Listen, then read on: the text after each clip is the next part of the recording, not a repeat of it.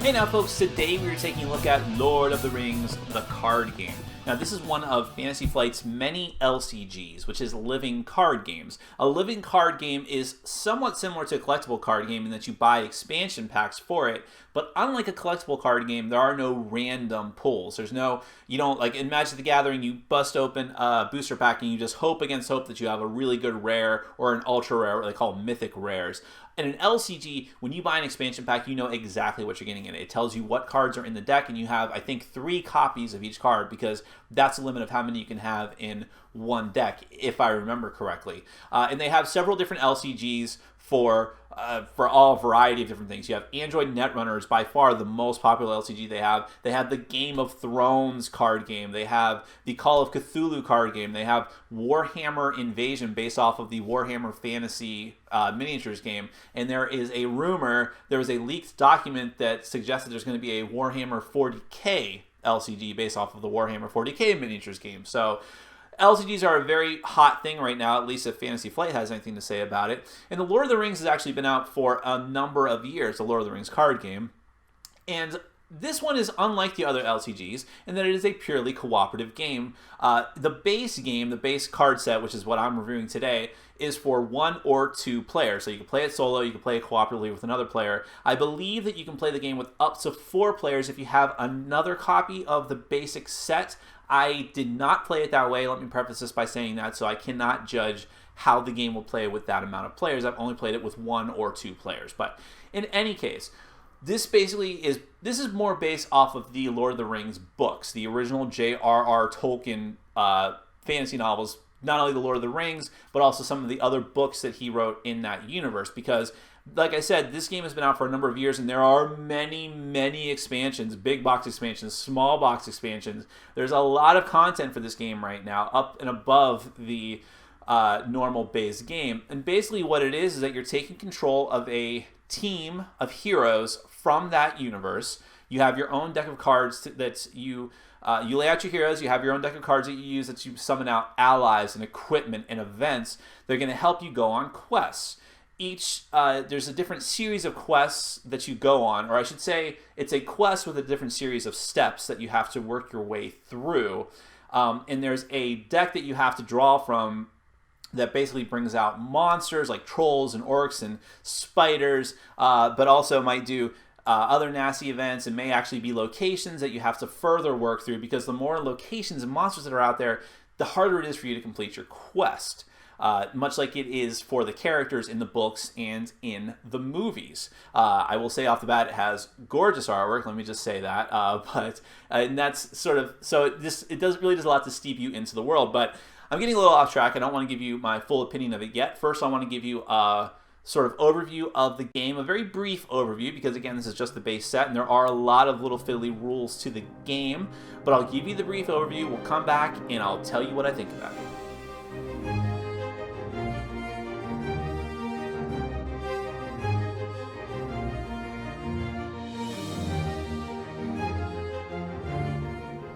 Alright, even though the Lord of the Rings card game is quote-unquote just a card game, there is a lot of complexity to the game. There's a lot of different keywords and terminology, and I can't go over every single thing. I'm just going to give you a very fast, broad overview to give you a taste of the game to see if it's something you might like. The Lord of the Rings card game can be played with either 1 or 2 players. You can play it solo, although it's a little more difficult, and some special abilities don't work quite the same way, but you can play it solo. Regardless, the game essentially plays the same way. If you are playing a 2-player game, here's the first player marker, which will determine at the start of the game. Each player is going to choose a different hero deck, and they're key to certain elements in the game, like leadership, tactics, and lore. I've taken the Spirit deck, actually. Each deck has 3 different heroes that you'll immediately put into play next to the deck. Each player takes a threat tracker. The more threat you have, you actually add up these blue numbers on the different hero cards, add those together to have your starting threat. The more threat you have, the worse it is, because first off, if you ever max out on threat, then you're immediately eliminated from the game, which if you're the last player in the game, that means you have lost. But also, the more threat you have, the easier it is for enemies to attack you, whether you like it or not. You have the encounter deck, which is going to be set up from different types of cards depending on the quest, which is what we'll talk about now. The quest is basically what you're trying to do in the game. If you can complete all the cards of a different quest, and there's 3 main quests in the base game, you have won the game. You have to progress through these cards one by one. Card 1, card 2. There's actually 3 cards because you choose one randomly when you get to that point. And it'll tell you the name and some flavor text. It will tell you which cards from the encounter deck you're actually using. So you'll assemble the encounter deck with cards from these 3 symbols, and then it'll also usually have some type of setup. So this one tells you to put out a spider in the Old Forest Road right at the beginning. When you get to a card that you're about to progress through and you've done the setup, then you flip it over and it tells you what you actually need to do. Most of this is just flavor text, but it also tells you how many quest tokens, which are these little traveling feet tokens here, you have to put on this card in order to progress through it onto the next card. So there's a bunch of different things that you have to do in turn order. There's different phases of the game that you have to do in a very precise way. So we'll start with the resource phase. Now at the start of the turn, you're going to put one of these resource tokens on each one of the cards that you have. And after that, you'll also, if in this game, if you used a hero for certain actions on your previous turn, they'll be tapped, which is essentially exhausted, is in the terminology of this game. And in this part, you would actually go ahead, in the last phase of the game, you would have refreshed them. In this phase, you're just putting out 3 resource tokens. Forgive me for that. But moving on, then you go to the planning phase. Now, at the start of the game, you'll draw a certain number of cards from the deck, and these represent allies, events, and attachments that you can put on your characters to make them stronger. Let's go ahead and look at one of the hero cards first. I already talked about the blue number at the top of the card, which is going to determine starting threat. Then you have your willpower, which is going to help you on your quest, your attack and defense, which is used for battle, and your hit points. And then every character has special keywords for themselves, which are keyed in by certain, or take effect when certain cards come into play, and also special abilities. And then down the bottom of the card is the symbol corresponding to the type of deck that you're using. So this is the spirit deck, which means you can only use resources on cards that have the spirit symbol, which is almost all the cards in this deck, I believe. So you'll have your cards in hand, then you're going to go to the planning phase. The planning phase is when you can actually put allies and enchantments, attachments out on the board. So let's take a look at a few of those. So every player is going to start with one Gandalf card in their deck, who's sort of like a neutral ally who anyone can summon using their resource tokens. Here's the cost up in the corner to actually summon these cards into play. Allies will just go on the board next to your heroes, but Gandalf is special because he only stays in play for the one turn, and then at the end of the round he is gone. But he does have special abilities. After he comes into play, you get to draw. You choose one, draw 3 cards, deal 4 damage to an enemy, or reduce your threat by 5. So he's very powerful and very useful. And if you use him for combat, he's got really good stats. Now, that's one particular type of ally in this deck. You also have the Northern Tracker. He's 4 to bring out. He's got 3 hit points and all these other stats here. Special ability. He commits to a quest. He can place a progress token on each location in the staging area. You have the Lorien Guide, and you have the Wandering Took, which is a type of hobbit. You also have event cards in the deck, which are one-time use, which can be used at different stages of the game. It just depends on when it applies. So you also have to use your resource tokens for these as well, which you'll remove from the heroes whenever you use them.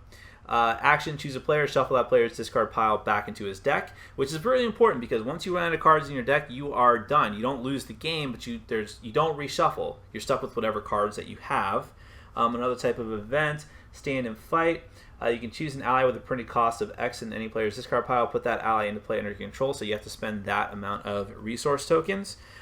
We have the Galadriel's Greeting, I can't say that word. Action, reduce one player's threat by 6 or reduce each player's threat by 2, which can be very critical for not having monsters engage you. Then we have attachments like the Favor of the Lady. Attachments, once you pay their cost, are actually attached onto a hero. And in this case, that hero gains +1 willpower. The Power in the Earth, attach it to a location. Attached location gets -1 to its threat level. And the Unexpected Courage, attached to a hero, action, exhaust unexpected courage to ready the attached hero, which means that if that hero has been exhausted, you can put them into their ready state and use them again for a different type of action. Once you're done with all your planning, then it's time to go on a quest. At this point, you commit characters to quests. Every hero that you choose to commit to a quest has to tap, which means they cannot be used for another tappable action. I realize I'm using the word tap. It's really exhaust, but that's only because they only use the word exhaust because tap is copyrighted by Wizards of the Coast. But I'm going to keep saying tap anyways, damn it. Anyways, when you commit characters to a quest, you are trying to, you're adding up the willpower of all the heroes you commit to try and put that many tokens out onto one of the exploration tokens out onto the quest. The problem is it's not going to be that simple because after you commit characters to a quest, you have to start, including the setup cards that come out because of the quest, you have to start drawing cards off the top of the deck for every type of, for every character that you have in play. Or I'm sorry, an encounter card per player. This is going to be bad because most of the cards that you put out are going to have a different type of threat level on them, which you're going to add the threat level for everything you have out in the staging area, all the monsters, all the locations, everything. And that's basically going to be taking away from the willpower you're committing to the quest. So, for example, if there's a total of 4 threat level out here, like let's say I have this location, the Necromancer's Den, plus the Wargs, that's a total of 5 threat level there. I have to get at least 6 in order to get past that and actually put just 1 token out there. Every threat level takes away from the potential amount of tokens I'm going to be able to put on the quest. What's more is that if I cannot, if I meet the number, then nothing happens. Nothing bad happens to me, but no exploration tokens go onto the quest. But if I get less than the number, I actually have to raise my threat level up by 1, so it gets worse. And at the start of each turn, my threat level goes up as well, so this is a ticking time bomb. So you can choose to commit to the quest, but you need to really add it up and make sure that that's going to be worth it for you. After you resolve that, then it goes to the travel phase. During the travel phase, if there's a location card into play, and I'll show you a few of the location cards, you have the Necromancer's Pass, which is a nasty one there. You have the Enchanted Stream. You have the Brown Lands, which is a wasteland. If you choose to travel, you're going to take one of these locations that's actually out in the engagement field, and you're going to put it essentially onto or next to the quest.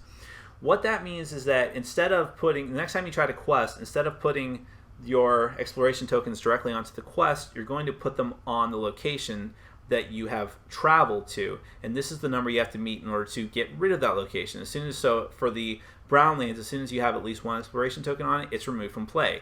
Now, why would you want to do that? Because remember, so long as this card is out in the staging area, wow, that's actually 5. This is from one of the further quests. That's going to be adding to your total that you need to surpass in order to complete the quest. So you need to eventually get rid of these, and you have to do it at an opportune time. So since it only needs 1 exploration token, that might be the thing to do. But remember that you have to have more and more and more willpower to surpass these high numbers.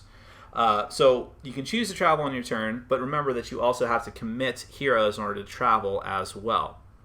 Then it goes to the encounter phase.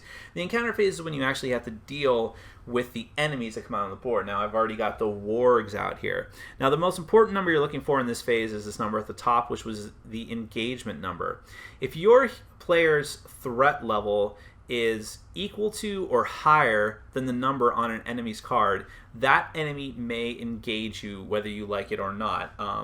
That is to say that you'll pick the enemy with the highest engagement cost and then go player by player and see if it actually can engage you or not. But before that happens, you have the option to engage one enemy of your choice. You may still have to face another enemy, but at least you have the choice of it at first, because sometimes if enemies are forced to engage you, just by looking at comparing the engagement cost to your threat, something nasty might happen.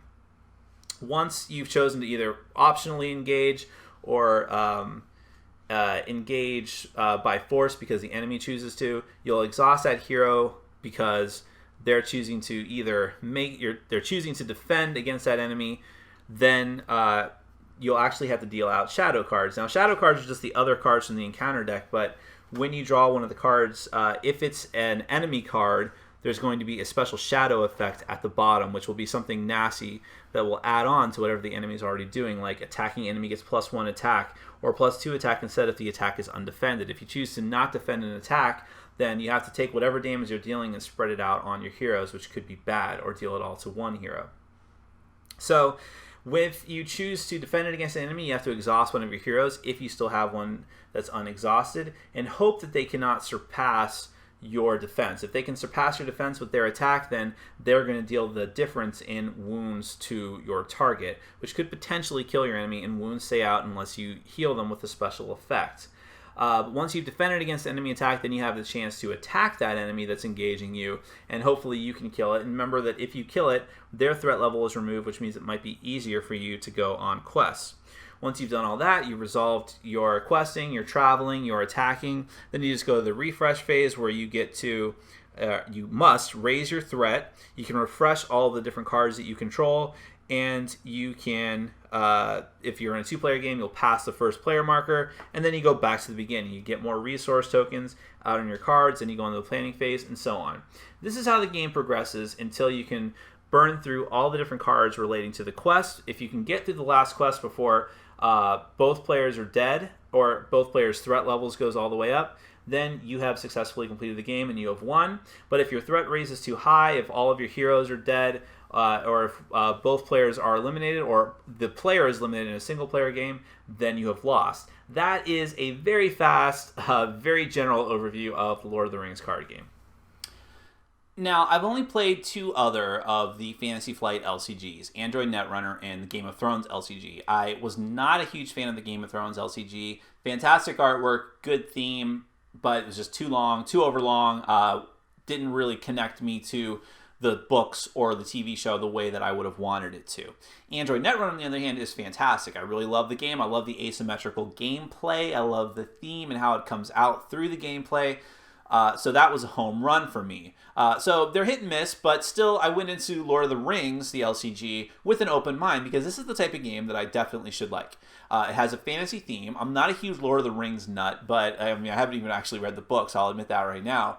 But nevertheless, I did like the movies. I really enjoy any kind of fantasy theme where you're a bunch of heroes going on a quest and killing a bunch of monsters. So cool, I'm on board with that. The fact that it's purely cooperative, love it. I love cooperative games. So it's a nice change of pace from the other LCGs that I've played from Fantasy Flight. Like I said in the beginning, the artwork is phenomenal. I mean, I don't know what it's like in the other expansions really, but every piece of artwork in this base set is at least good and mostly fantastic. They really, really did a good job with the art on this. I'm not sure if they use multiple artists or not, but whoever did it definitely deserves a shout out just for that fact. And there's a lot of other unique little elements of this game that I like as far as how you put on equipment and how you, with the allies and the system of going on quests, that feels thematic to me and is very cool. So I am definitely predisposed to like this game, but I don't. I don't like this game, and it pains me to say that because I had really high hopes for it, and I'm going to admit this too. I filmed this review over a month ago. I really did. I filmed the intro and the outro of what I thought about the game for the most part, and I found afterwards that I was really rambling a lot about my feelings on it, and that I wasn't sure. I was very conflicted, so I decided to shelve it. I actually deleted it and decided that I wanted to play it more. Up to that point, I'd only played it 2-player several times. I wanted to play it solo once I had time. And I kind of hemmed and hawed on it. I played it a lot solo, and I wanted to give you my final review. And the fact is, after this amount of time, just playing with the base set, I don't like it. Maybe expansions would change that, but I'm not really willing to put forth the time and effort to see if that's the case. What the problem is that while there are some things that feel thematic, like going on a quest, going through these different locations and seeing all this really cool artwork on the table, for the most part, every quest that's in this, or this different steps of the quest that you have in this game box, feel very, very samey, do not feel that thematic or exciting to me, and the whole thing feels like a puzzle that you have very little control over. I know that sounds weird. I'm still struggling about what to say and how to clarify my thoughts about this game, but the thing about it is, first off, the difficulty is very uneven, and I think that adds to the randomness of the game that I don't like. You could have, I think that the first scenario that you go through is very simple. It doesn't really challenge you at all. It's more a matter of, okay, if I do this, this happens, and this happens, boom, no problem. There's no surprises, nothing really changes, nothing dramatic changes. As long as you're doing what you're supposed to be doing, you don't screw up too bad by wasting too many of your resources, putting in useless allies into play, or letting one of your heroes die very quickly. Whatever, not a problem. I mean, you'll have several turns where the enemies won't even be able to attack you because your threat is so low, most likely, depending on what decks that you use in a 1 or 2 player game. So that first scenario is probably too easy, and it's an intro scenario, so I get that. Going to the second scenario, bam! It's like it just slams you with the sledgehammer. And then the third scenario is just ridiculously hard. And while I like my co-ops to be hard, there's just no gradualness to that. And again, a lot of it is lucky card draw, getting the allies and the equipment that you really need. A lot of it is picking the right heroes decks. Like, if you get, in my opinion, I would prefer it much more if I went into it knowing that regardless of what groups of heroes from the different stats, the wisdom, the power, the spirit, whatever, those different themes decks, going into it knowing that I could pick any of those decks and at least having a chance. Maybe one does better than the others, but at least having a chance would be better. But if you pick the wrong deck, you're just going to have a very, very hard time, especially in a one-player game. I would tend to think that maybe this game should not be played one player because without that extra level of interaction from the other player especially, it makes the game that much more boring to me. I think that that's ultimately what I felt about this game. To me, it was just boring. There wasn't a lot of excitement like I have from other co-ops. There wasn't like, even when I was losing badly, it wasn't like that tension, that overwhelming feeling of, oh, we're getting slaughtered, we need to come back and win this, that can lead to some excitement in other really hard cooperative games I play, like Robinson Crusoe. I never had that feeling. I just had this feeling of, oh, well, I guess I can't really do anything. There's an overwhelming amount of threat out there, so I just have to wait until I get the right equipment card, so let's just delay. Oh, look, my threat meter's going up, so it's going to get harder. I mean, that's why I say that it feels like a boring, random puzzle, because you just have to wait and wait until you get the right combination of things. I had a game where I just kept drawing location card after location card, which, I mean, it just made things more aggravating. It's like, okay, so I worked really hard to take out this location card that's adding too much threat, that's keeping me from completing this quest, and oh look, 2 more come out. I mean, I'd rather fight a monster. My monsters are arguably more difficult and can screw you up more, but at least I'm doing something. At least I'm engaging something. I'm going into battle and taking things out and seeing more random effects come out and seeing those shadow cards come out. But man, sometimes that just doesn't happen, and the game just feels the same, and it feels boring. And I think that if you stripped away the art off these cards, it would just be the most boring game ever. Man, I hate to say that too. I don't think this is an awful game. I think that I can understand completely why this game has the popularity that it does. There's a reason why it's been on the hotness list of Board Game Geek for months and months and months and months, despite the fact that nothing major has happened with the game. It's had a continuous stream of expansions that no one really talks about, but the game just has this devoted fan base, and I get it. I think it's really hardcore Lord of the Rings fans that happen to be board gamers as well, and I think that it's people that really love, I think this is the LCG for Euro gamers. I think that they wouldn't like the randomness of it, but the puzzly aspects of it and the resource management and all the different special abilities and how they interact, I think would be, and the fact that it also promotes solo play, for better or for worse, in my opinion, I think it really appeals to a Eurogamer, and maybe that's the reason why it's so popular. And I appreciate that and respect the fact that it's well designed in a lot of aspects, but this is not, the best way to put this is that this is not the Lord of the Rings game for me.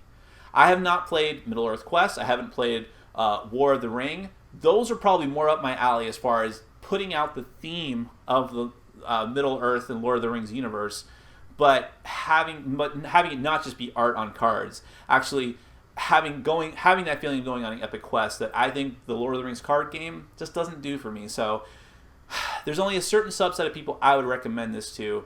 To other people that want a more thematic Lord of the Rings adventures, without having played those other games myself, I do think that there's better options for you. Sorry to say that, but this is just not the game for me. So, my name is Nick, this has been Board Game Brawl, and I'm reminding you to get out there and game every day and in every way. Take care.